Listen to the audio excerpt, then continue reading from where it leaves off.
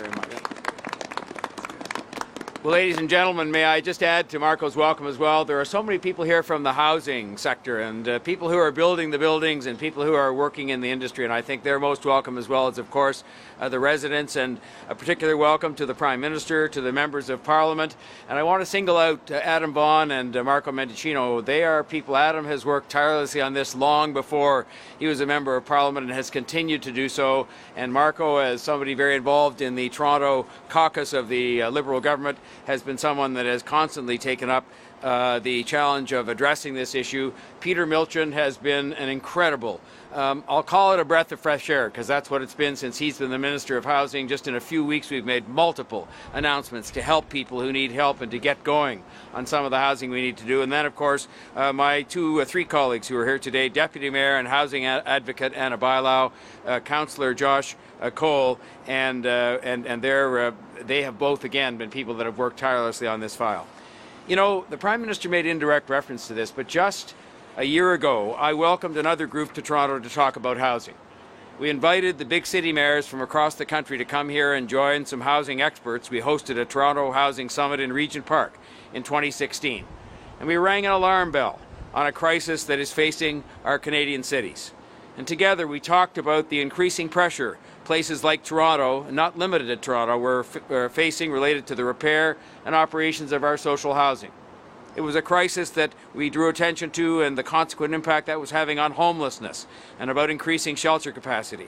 We talked about the operations and repair of our social housing and the fact we weren't able to get it done by ourselves.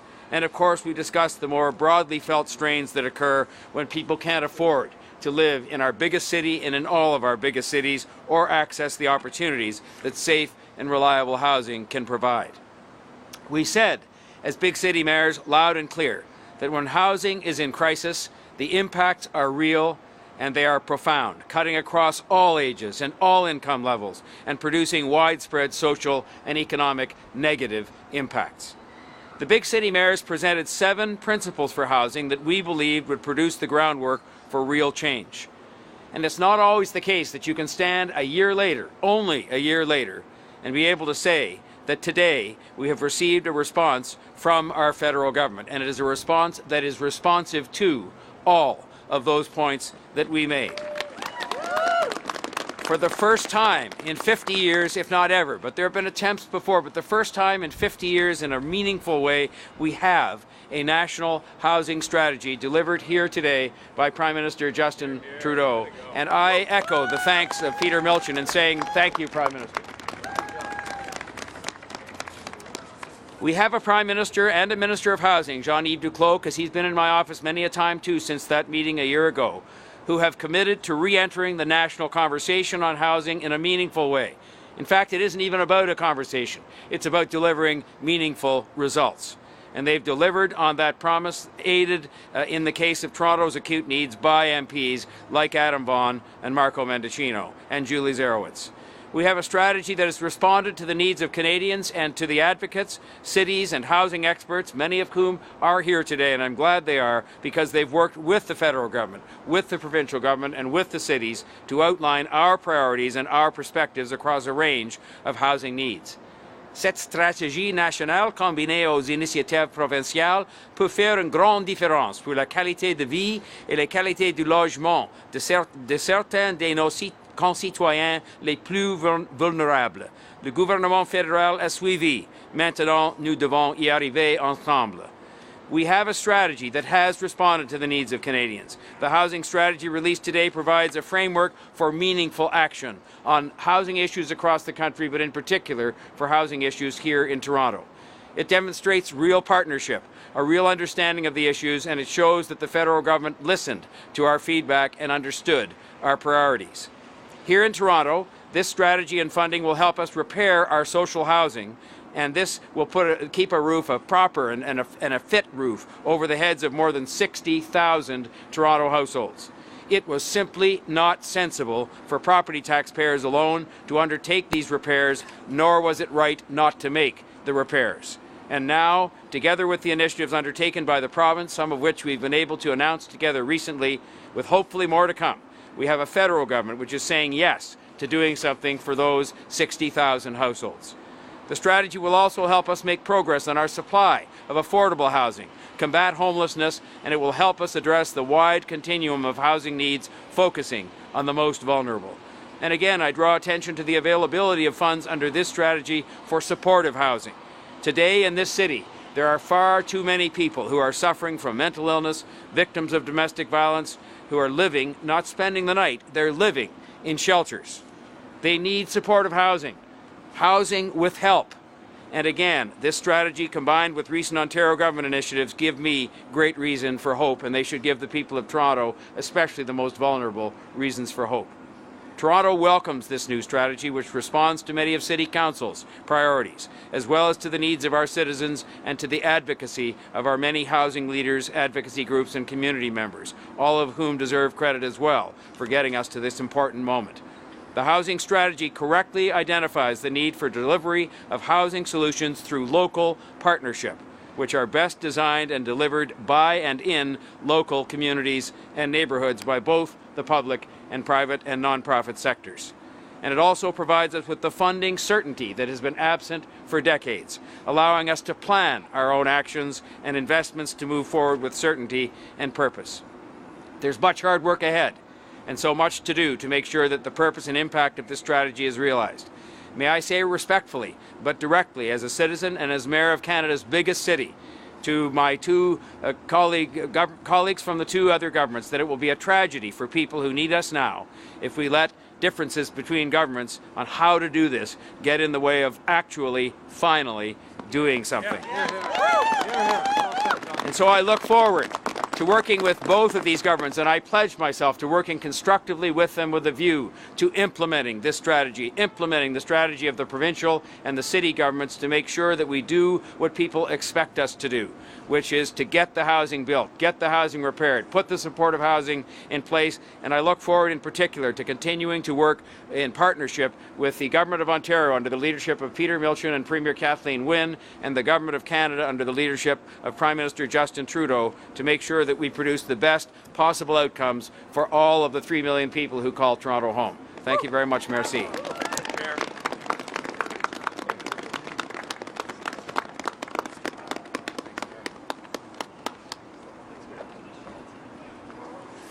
Thank you, Mayor, and we are going to get it done with partners like you. At this time, I'd like to invite the Prime Minister back up to the podium to take questions from the media.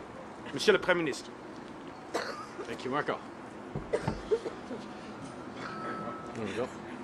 Première question.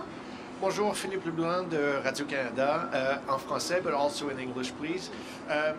Vous annoncez des cibles dans votre stratégie, des cibles précises, mais déjà,